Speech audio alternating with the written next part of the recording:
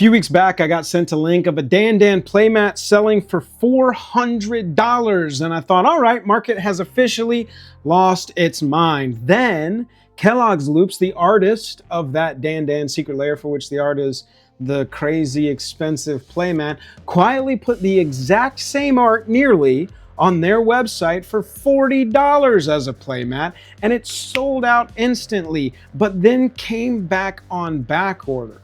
And suddenly those $300, $400 listings for MagicCon Atlanta are starting to look a little silly. And look, the MagicCon version is the fancy one. The art is a little zoomed in, it's got the foiling, it's got the MagicCon logo, great. But Kellogg's Loops literally has the rights to sell this art on playmats, that is clear. Which means that these are gonna show up at cons, online, wherever the artist feels like putting them. If you just want the koi fish playmat, boom, 40 bucks, that's it. If you do it at a con, you could probably get it signed for the same 40 bucks, 45 if you want a shadow.